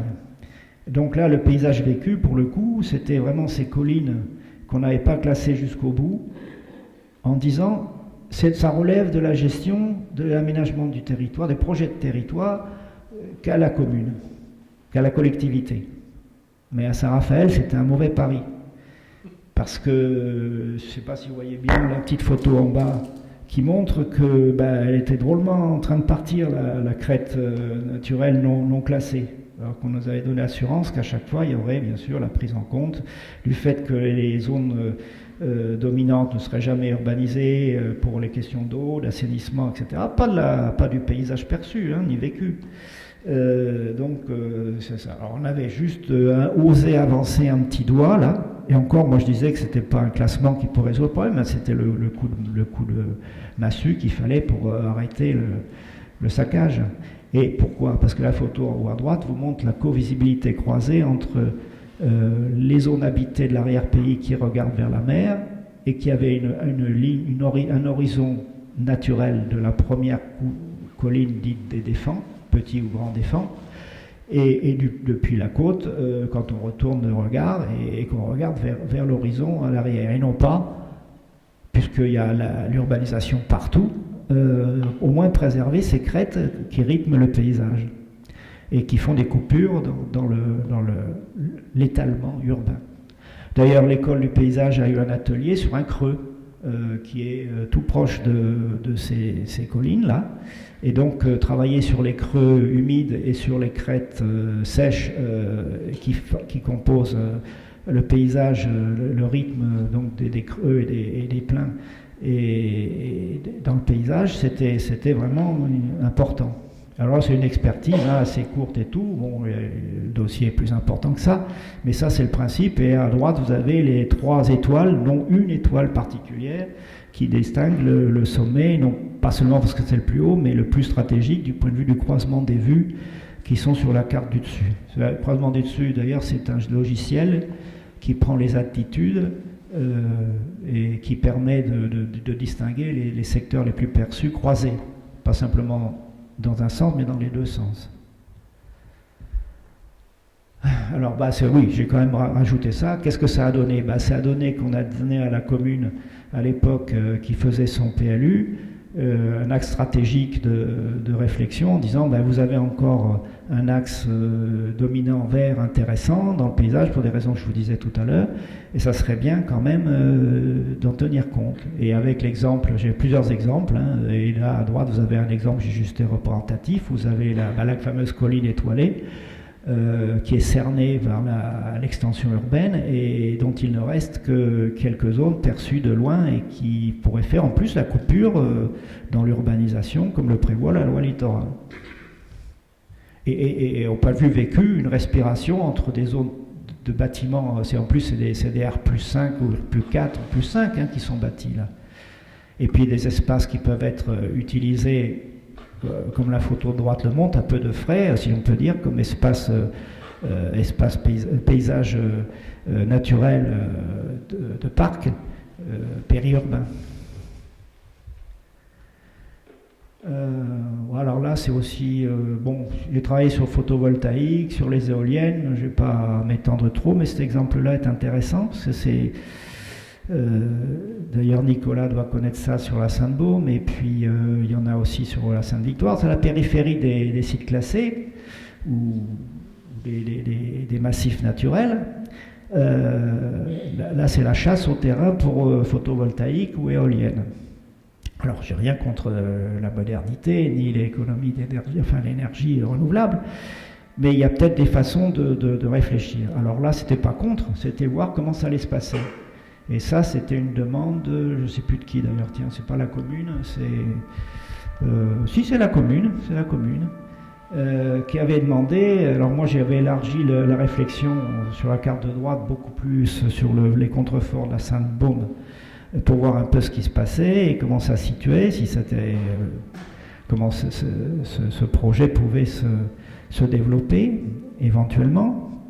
Donc c'était pas une analyse contre, c'est une analyse comment. Et voilà. Et alors, le relief, les vues, etc. Et on avait défini avec l'écologue aussi, là encore par pluridisciplinarité, des secteurs où on pouvait développer. Alors la technique nous avait été donnée, les plans masse, et on avait un peu torturé ça en faisant des coupures, en faisant dans l'étalement. Et on a été renvoyé en disant mais vous êtes fous, on peut pas fractionner comme ça une ferme éolienne, photovoltaïque, une centrale photovoltaïque. Et donc l'opérateur n'a pas voulu respecter les préconisations. Alors je ne les ai pas mises là parce que c'est un peu long, mais la commune nous a suivis. Bref, c'est toujours pas sorti. Mais c'est pas parce que c'est pas sorti que je vous le montre, c'est parce que la démarche pour arriver à montrer comment non seulement l'insertion visuelle, mais l'insertion dans un territoire communal ne peut pas se faire sans que le projet de la commune, le projet de territoire que porte la collectivité, soit, comment dirais-je, accepté par le projet qui est proposé, qui est demandé. Alors ça bientôt la fin. Comment dire? Je vais faire court. Il est arrivé, grâce à Georges de Mouchy d'ailleurs, d'être appelé à être expert dans ce qu'on appelle la Commission nationale du débat public, qui pour des très grandes infrastructures de plusieurs centaines de millions d'euros oblige les opérateurs de faire des études préalables et des débats publics. En gros, le paysage était rarement vu que comme une superposition de données, vous savez, en super hydrologie, végétation, agriculture, habitat, etc., mais pas en perception spatiale, notamment. Et Georges avait dit que ça manque beaucoup sur le projet de très haute tension entre la France et l'Espagne, qui doit passer par le Perthus. sur les coteaux du Canigou. Alors, petite remarque drôle, c'est que le Canigou, la photo est en haut, je ne sais pas si vous la voyez, on voit le Canigou enneigé. J'avais prononcé le terme de Fujiyama. Le Canigou est le Fujiyama du Roussillon. Et ça a été repris par les communes qui en ont fait un dépliant touristique en disant le Canigou Fujiyama de la région. Bon, où placer cette ligne? Bon, voilà, donc il n'y avait pas de représentation. On a travaillé dessus, on a obtenu de RTE que la ligne, dans le débat public, soit soumis notre remarque, notre expertise, qui a donné ses effets, puisqu'ils ont réussi par cumuler la haute tension avec le chemin de fer, qui d'ailleurs est le TGV, qui n'est toujours pas ouvert, qui passe, dont le tunnel est déjà réalisé sous les Pyrénées, et il avait été prévu de l'enterrer le long de la voie du TGV. Le coût était trop important, mais enfin bon, il y a eu une démarche pour éviter de prendre les coteaux par le travers, en enfilade, et de pas défigurer, parce qu'il n'y a pas de tranchée, mais toutes les perspectives depuis la mer vers le Canigou, notamment, auraient été vraiment très impactées. Je ne rentre pas dans les détails, enfin, on a réussi à être membre en tant qu'FFP de cette commission.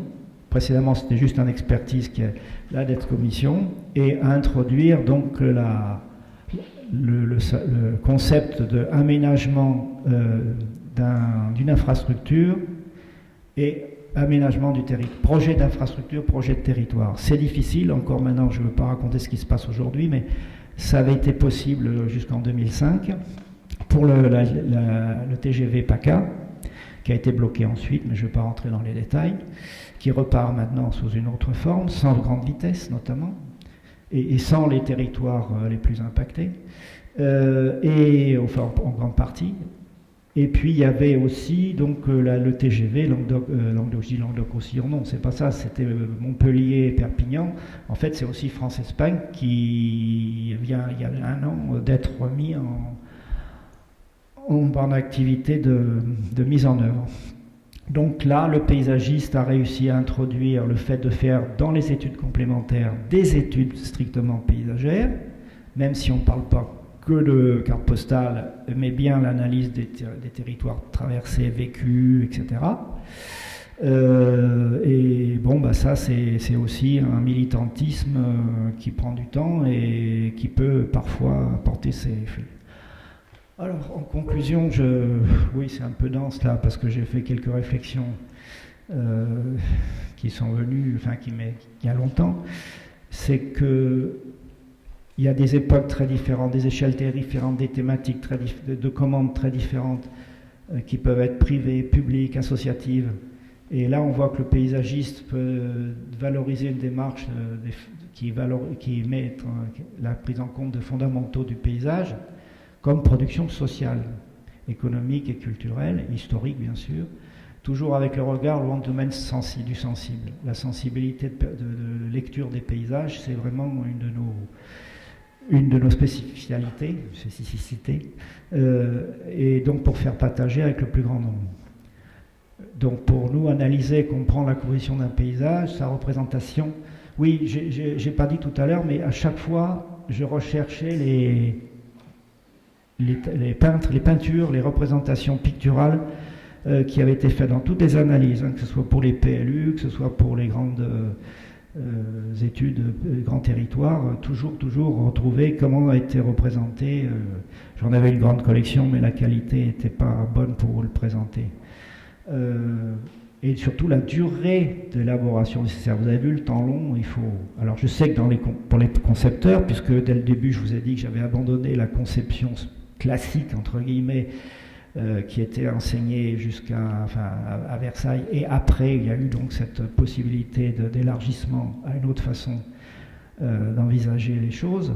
C'est pareil, vous savez dans vos projets que des fois il y a la nécessité du temps long pour apprécier que l'aménagement que l'on fait dans un territoire ne peut pas se faire comme ça au forceps si c'est pas bien concerté ou partagé au départ.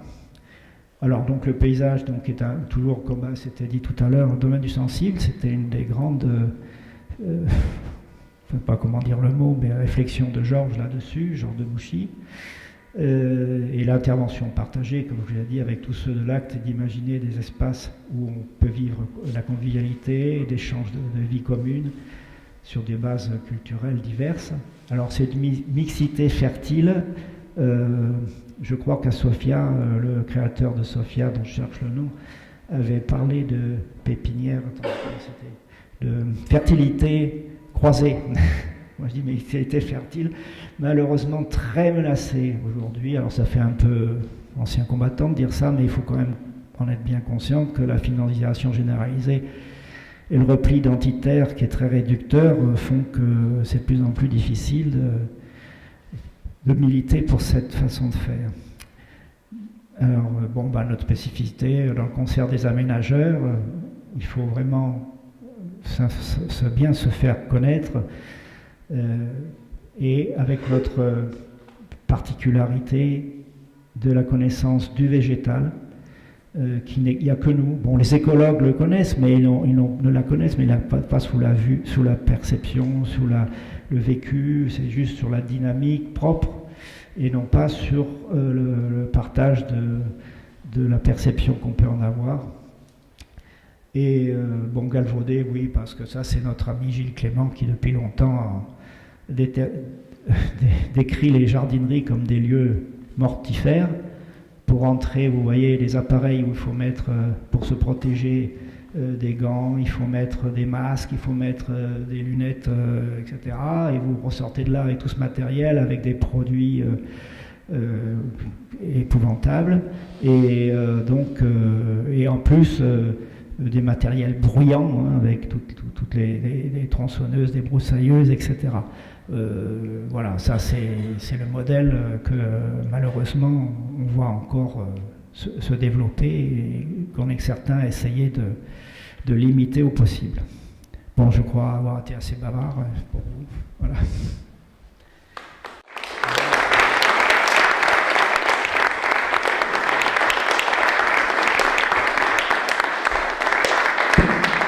Merci Didier. On va passer à une petite séance de questions. Si parmi vous, il y en a certains qui souhaiteraient avoir quelques compléments ou qui avaient des questions particulières. Question pour toi, Mélia Rêve, paysagiste. Par rapport à l'enseignement, en fait, je me demandais si dans ta carrière, il y avait eu des moments où tu as été intervenu dans l'enseignement auprès des écoles de paysage. Alors il y a eu des APR, vous savez ce que c'est les APR, l'atelier paysages régionaux. Effectivement, quand c'était à la friche, vous voyez, ça remonte à un certain temps, c'est avant les docs. Là, effectivement, d'ailleurs Isabelle qui est là aussi, y a participé à l'époque. J'avais pris comme par hasard la Durance et le Verdon. Voilà. Mais c'était les deux seuls parce que j'avais le temps que j'étais pas assez disponible. Par contre, j'assistais un peu aux présentations, aux résultats. Mais j'ai pas pu. Puis je suis pas très pédagogue, quoi. Je me sens pas très pédagogue. Mais sinon, ça m'a beaucoup intéressé, mais c'était limité. Moi, j'avais fait mon APR sur la vallée de la Durance, justement, avec Georges de Mouchy. Avec Georges de Mouchy. Moi, j'en avais fait un autre, peut-être avant celui-là. Moi, c'était entre Sisteron et Manosque. Voilà. Ouais. Moi, c'était plus haut, c'était dans le secteur de Gap, justement. Voilà. Merci. Mais les années avant. Parce que c'était déjà au doc, là.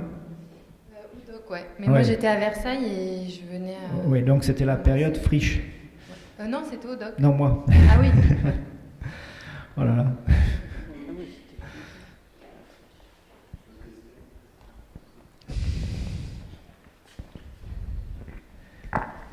Oh là là, oh là là. Didier. On est sortis à une année près à l'école. Oui, on s'est retrouvés après. Et on s'est retrouvés au CNERP. En ce temps-là, puisqu'on est là pour faire des bilans, on a vu toutes les démonstrations, l'État te mobilise pour essayer de défendre ce que aujourd'hui Alberto Magnaghi appelle bien commun. Oui. Tu dis, aujourd'hui, si on laisse faire les forces du marché, les forces de l'économie, les forces de la recherche du profit, ben on aboutit à un pays saccagé. Et moi, je prends mon bâton de pèlerin et je vais, avec ce bâton, essayer de m'appuyer sur les lois, sur les règlements, sur les textes, pour faire ça. Donc, bravo pour cette époque où, en sortant de l'école, on avait 23 ans, pouf, on était habilité à dessiner 2500 hectares à Sophie Antipolis. Vous pouvez ne pas le croire, les jeunes, mais à un moment donné, ça se passait aussi simplement que ça. Qu'est-ce qui s'est passé depuis 40 ans ? Quelles sont ces lois qui sont appelées intercommunalité, qui s'est appelée la loi NOTRe, qui s'est appelée celle où le temps long est nécessaire pour défendre ce bien commun? Est-ce qu'aujourd'hui, il y a des pistes que tu pourrais énoncer et qui permettraient à la nouvelle génération de se sentir porteur d'un espoir? Pour Magnaghi, l'espoir, il est dans le partage des données avec le milieu associatif. Et il dit, la connaissance, elle doit être partagée, elle doit être mise sur le réseau, elle ne doit plus appartenir à l'expert. Le paysage sensible, son regard sensible, aujourd'hui, il faut le mettre à plat, il faut le donner de façon à ce que le milieu associatif devienne le contre-pouvoir à ce fait que le temps, aujourd'hui, est une clé qui, s'il n'y est pas quand on est paysagiste, eh bien, en gros, on peut que compter fleurette. Et donc, à un moment donné, où tu en es par rapport à cet engagement des territorialistes italiens qui, aujourd'hui, ont su mettre en avant cette notion romaine du saltus, du bien commun, du fait qu'à un moment donné, depuis la nuit des temps, la société ne voulait pas tout manger, elle n'intervenait que sur 1/100 du territoire pour construire l'URSS, sur un quart du territoire pour faire les champs, les agères, un peu de forêt et beaucoup de saltus. Donc aujourd'hui, il me semble qu'il faut réinventer un nouveau rapport à l'autorité, au pouvoir et à la décision.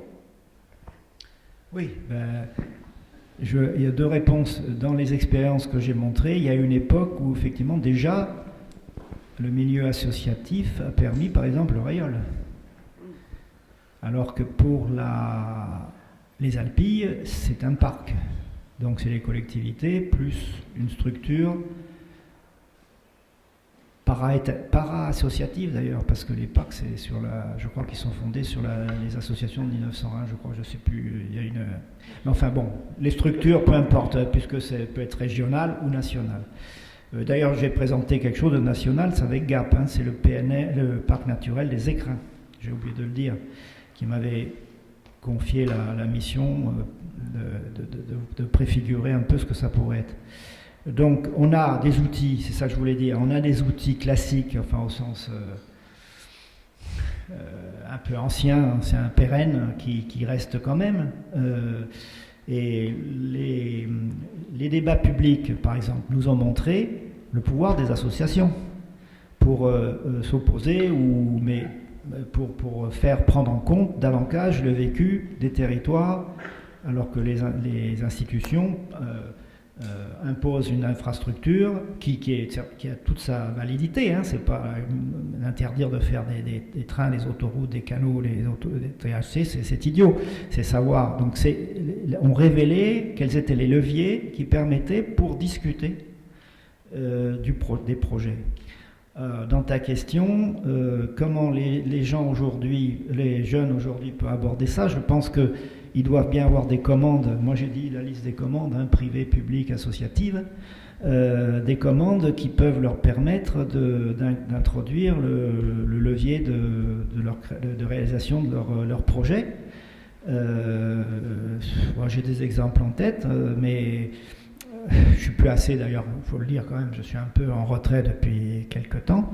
Je ne sais pas exactement, par exemple, la loi NOTRe et tout ça, je la connais, mais je ne la pratique pas. Pour les jeunes, par rapport à mon expérience, la facilité que tu disais tout à l'heure n'existe plus, mais il reste encore la possibilité de relancer par les structures intercommunales ou les syndicats intercommunaux. Je vois, il y a des exemples d'études qui ont été lancées là. C'est des syndicats intercommunaux. C'est pas, et ce qui est intéressant, c'est la dimension territoire. Parce que peut-être qu'à notre époque, pas dans les cas de Sofia, tout ça dont tu parles, à notre époque, on avait des projets, des demandes d'aménagement urbain, espace public, qui s'inséraient, par exemple, ici, je parle de Joël et de Georges à l'établissement public des l'étang de Berre, de Vitrolles, qui était la première ville nouvelle, entre guillemets, créée dans le sud, et où après ça, il y a toute une évolution qui s'est faite, où c'est devenu le syndicat mixte de l'étang de Berre, enfin tout ça, et la poursuite du travail, et la possibilité de travailler des jeunes, c'est peut-être de s'inscrire dans cette évolution. Je ne vois pas quelle autre réponse je pourrais apporter. Maintenant, alors par contre, je suis d'accord avec toi, et d'ailleurs c'est pour ça que tout ce que je vous ai montré, j'étais anachronique par rapport au site classé, parce que j'ai toujours milité pour que la protection des années 30 qu'on mettait sur... c'est pas de la nostalgie, que je les prenais pas, je les ai pas pris comme ça, c'est pour ça que ça durait plus longtemps d'ailleurs, parce qu'à chaque fois je remettais en question la validité, la pertinence de la démarche initiale, pour bien montrer que si on voulait, c'était pas la protection, c'était de trouver un gestionnaire, c'était de trouver une insertion dans le projet d'un territoire actuel, enfin au moment où l'analyse était faite, de dire mais qu'est-ce que la commune veut faire par rapport à ces sites protégés, est-ce que ça peut s'inscrire désormais dans une réflexion plus de projet et pas simplement, comme tu dis tout à l'heure, de massacre. C'est pas, quand j'ai dit ça, c'était ce qui était demandé, et à chaque fois j'essayais de détourner la chose. Et heureusement, il n'y avait pas que moi, il y avait d'autres gens autour qui partageaient ça, et quand j'acceptais de travailler, c'est qu'au moment de la commande, on disait bien, attendez, on n'est pas là pour faire un périmètre rond, carré ou on est là pour voir comment il se situe, et nous on peut vous dire par rapport au végétal, par rapport aux perceptions, par rapport à la culture, aux représentations qu'il y a eu pour les gens aux différentes époques de ce lieu. Et c'était plus dynamique, on va dire. C'était plus... Voilà.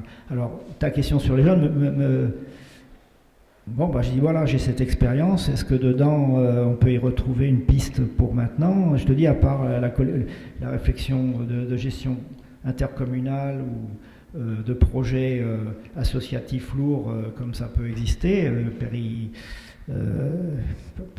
dire un périmètre plus large que simplement une petite anecdote, c'est ça la piste que je vois, mais je suis pas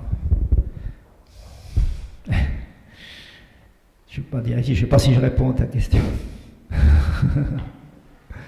Et je sais pas si les jeunes en question se retrouvent, c'est surtout à eux de nous dire comment ils voient la perspective. Moi, dans le projet, je la vois plus facile, entre guillemets, enfin plus facile, pas économiquement malheureusement, mais intellectuellement.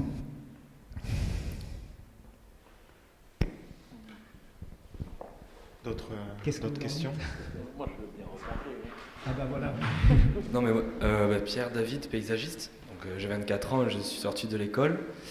Et non mais en fait c'était plus une remarque, c'est peut-être que l'interstice intellectuel dans lequel vous vous glissiez à l'époque, avec une économie qui n'était pas la même, peut-être que nous, on a plus de portes ouvertes sur ces champs-là. Et les interstices, comme disait Jean-Pierre, on doit les trouver, par contre, par des biais, sur les questions économiques. Aujourd'hui, on nous interpelle. Enfin, moi, voilà, je dis ma situation de jeune diplômé, peut-être que c'est ces commandes extrêmement peut-être généreuses, économiques, sont plus rares, mais par contre on sent bien qu'il y a un intérêt qui est plus grand que je pense lorsque vous avez commencé. Par contre c'est vrai que voilà, on se trouve toujours, et c'est ce qu'on voyait extrêmement bien, au croisement entre des géographes, entre des écologues ou entre des architectes et des ingénieurs du patrimoine, etc. Et ça, je pense que c'est du coup, ce que je vois avec votre présentation, c'est que c'est notre ADN, quoi. C'est ces croisements et ce décloisonnement des compétences, c'est ce qu'on peut faire. Donc voilà, je pense que nous, on est autant en interstice que vous, mais pas sur les mêmes champs. Je n'ai pas vraiment de questions. Quelqu'un a une question? Bonjour. Bonjour. Brice Dachauzière. Je suis paysagiste de la même promotion que Pierre On ne David. s'est pas déjà vu On s'est déjà croisé. à Vasarely, non? Non, non. Une présentation du paysagiste là. Non. Moi, c'est pas une question non plus. J'envie un peu aussi l'époque à laquelle vous avez fait l'école d'horticulture, enfin la section du paysage de l'école d'horticulture, parce que comme Jean-Pierre, Georges de Mouchy, Marc Marcès et d'autres, vous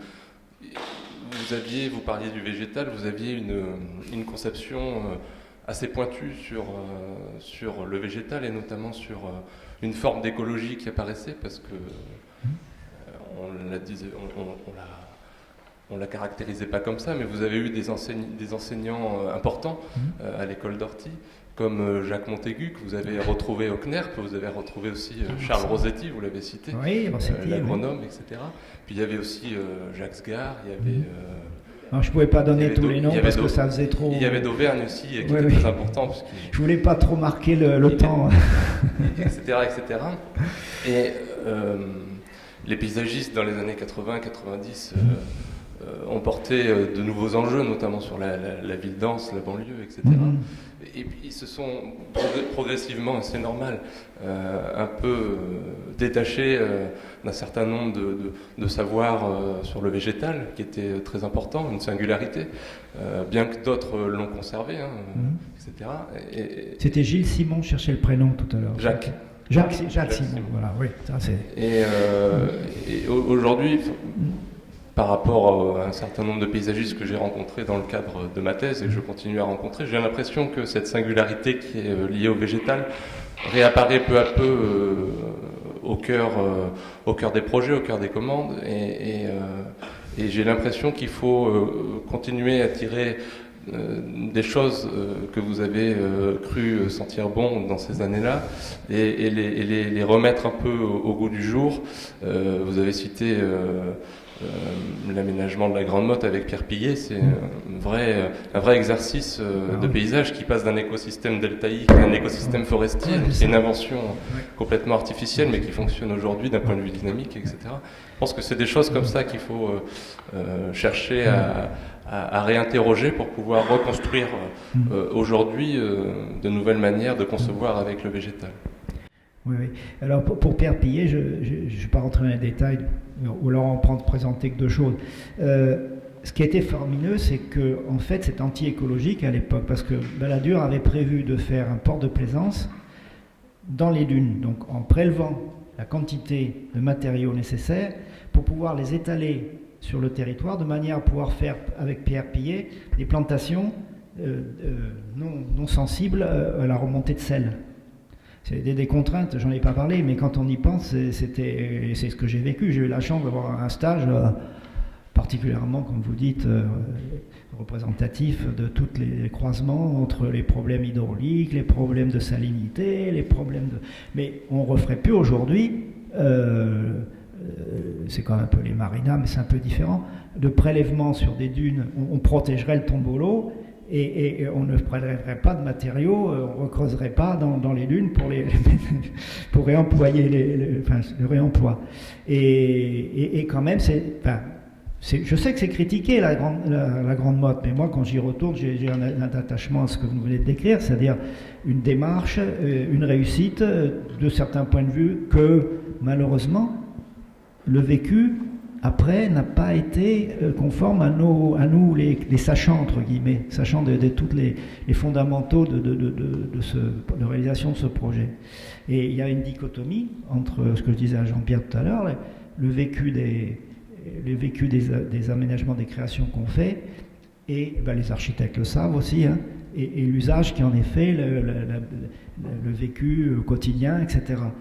Alors nous, on trouve que c'était pour moi formateur et tout, mais beaucoup, même si on s'extasie sur la trame verte existante, qui était celle sur laquelle moi j'ai gratté d'ailleurs, hein, beaucoup, les piétonnières, etc., les hiérarchies de circulation qui avaient été faites, et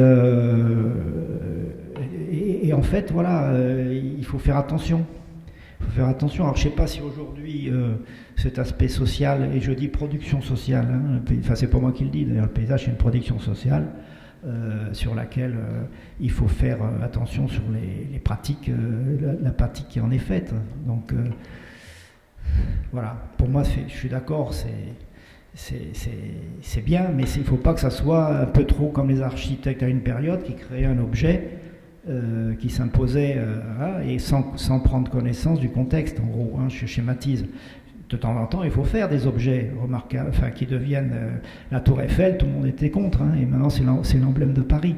Donc il y a une balance à faire entre ce qui est supportable, durable, et ce qui est, parce que sustainable en anglais d'ailleurs, ce qui est durable et ce qui est de l'ordre du symbole qu'on peut créer, voilà.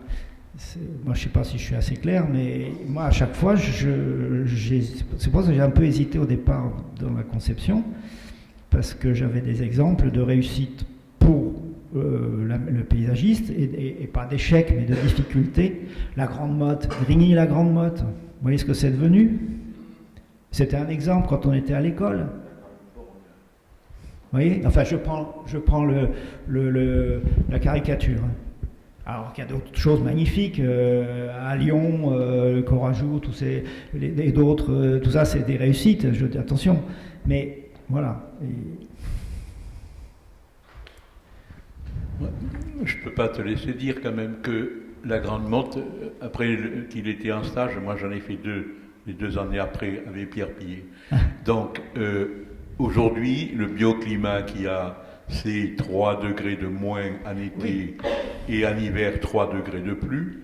Donc on s'aperçoit que la mission du paysagiste qui était de créer un lieu de vie, on a assumé. Politiquement, c'est vrai qu'il y a un peu de balbutiement, puisque aujourd'hui ils revendiquent des postures théoriques que tu ne soutiens pas, d'accord, n'empêche que aujourd'hui, pour moi, ça reste un exemple parce qu'ils sont fiers d'une histoire, ils sont fiers d'une utopie, et cette fierté, aujourd'hui, on l'a visité avec l'école, il y a 2 ans, je crois, et tout d'un coup, à vélo, Pierre Pillet était nous montrer et rassurer les étudiants que le temps long construit était là. Et là, j'ai pris la parole pour parler de phytoécologie. Oui. Ce que Didier nous dit en disant végétal, quand tu dis végétal, je préfère employer le mot phytoécologie, parce que Jacques Montaigu était le spécialiste du rapport que les plantes entretiennent entre elles, de la dynamique d'un milieu, de la dynamique du temps long, et il savait nous sur le terrain en disant 400 ans avant, il y avait ça, et en fonction de la gestion que vous allez faire, 400 ans après, il y aura ça. Et donc, sous les yeux, nous pouvions aborder 800 ans de l'histoire du site. Et quand on s'inscrit dans ce temps, aujourd'hui, la légitimité du regard du paysagiste devient aussi fondamentale que le relief, aussi fondamentale que les lignes de crête. Ça devient un des fondements du projet. Et je pense qu'aujourd'hui, l'écologie s'est spécialisée dans une attitude réactionnaire. Je suis contre parce qu'il y a telle plante qu'il faut classer et grâce à ça j'ai du pouvoir, de l'autorité et tout ça. Et du coup on ne peut plus toucher à la dune, on ne peut plus être intelligent comme à la Grande Motte, on ne peut plus taper sur les clairières, puisque aujourd'hui, on m'a reproché en disant si c'était aujourd'hui, jamais Sophia Antipolis se ferait. C'était un projet insupportable. Or, aujourd'hui, il y a 35 000 emplois qui ont été faits. Donc, il faut redonner à l'écologie un peu de liberté, de façon à ce que le bon sens que tu as souvent mis en avant puisse redevenir un élément et lutter contre une attitude figée, protectrice, parce que on trouve toujours, si l'on veut empêcher un projet, une plante qui figera. Sachant que on trouve, eh bien, ce n'est plus une valeur, puisqu'il suffit de chercher pour trouver, il vaut mieux être dans le mouvement et dans l'intelligence que dans la protection. On ne va pas faire le débat sur l'écologie. L'éco-paysage, j'en ai pas parlé parce que c'est important. C'est important. Juste une parenthèse sur la Durance. Ça a été une exemplaire pour moi de travailler, j'allais dire, continuellement sur toute l'analyse et toutes les préconisations, la définition des enjeux, en mettant les enjeux paysages et écologiques sur le même plan, et ayant défini d'ailleurs des choses auxquelles je n'aurais pas pensé si ça n'avait pas été... Alors bien sûr, l'écologue, lui, c'était plus simple, mais parce qu'il n'avait pas projeté, comme tu dis, dans le futur, à part sa propre dynamique propre, mais qu'une dynamique qui était quand même liée au fait qu'il allait y avoir des mutations, des changements qui ne relevaient pas de son échelle d'approche. Mais quand même, c'est intéressant. Et deuxième chose, le temps long, en venant tout à l'heure, je pensais le temps long. La L2. Quand on est arrivé ici, elle était déjà inscrite. et voilà. Alors, il faudrait qu'à l'école, il y ait quelqu'un qui prenne le sujet de la L2, des origines à nos jours, pour bien voir tous les mécanismes de blocage ou au contraire, enfin, politique bien sûr, mais aussi associatif, tu parlais d'associations, enfin de toutes sortes. Marguerite n'est pas là, mais il a travaillé dessus et il nous avait décrit un peu tout ça. Ça serait intéressant de faire un sujet sur la L2 en ce moment. Bon, voilà, c'est tout. C'était... En fait, on travaille un petit peu en ce moment. Ah bon? Deuxième année, on est sur le secteur de Sainte-Marthe. Et c'est le découvrement justement de la L2. Donc, ouais. Ça m'intéresse si vous avez des informations. Moi non, mais Alain, Marguerite, oui. Mais quand j'ai mis le titre, là, 30 ans c'est une expression, hein, 30 ans, les amis de 30 ans, en fait, ça faisait plus de 30 ans si vous regardiez les dates. La L2, voilà. Et quand j'ai vu ça, j'ai dit, mon titre d'exposé, je devrais prendre la L2 comme exemple, voilà, d'évolution. Est-ce qu'il y a d'autres questions? Peut-être juste pour les questions, on va peut-être prendre un temps justement d'échange. On a prévu un petit pot. Donc on pourra continuer à échanger. J'avais quelques remerciements quand même parce que j'ai zappé quelques étapes tout à l'heure. Je remercie beaucoup la MAV qui nous accueille aujourd'hui. On avait déjà eu quelques partenariats et on est ravis parce qu'en fait Expérience de paysage, ça s'inscrit dans un cycle en fait où on va se retrouver tous les 3 mois et ici. Donc on est vraiment ravis. On a un bon partenariat aussi avec ProUrba qui est également partenaire sur la session parisienne, qui nous accompagne également sur la session méditerranéenne. Donc ça nous permet justement de mettre ces échanges en ligne. Donc on a Architecture en ligne qui s'est occupé aujourd'hui de la prise de vidéos, qui les diffusera également sur son site. Ce sera également diffusé sur le site de la Fédération du paysage. Donc vous pouvez retrouver tous ces échanges pour l'éternité normalement. Voilà. Je remercie également beaucoup Pierre David qui a bien œuvré sur les derniers instants pour pouvoir mettre ces moments.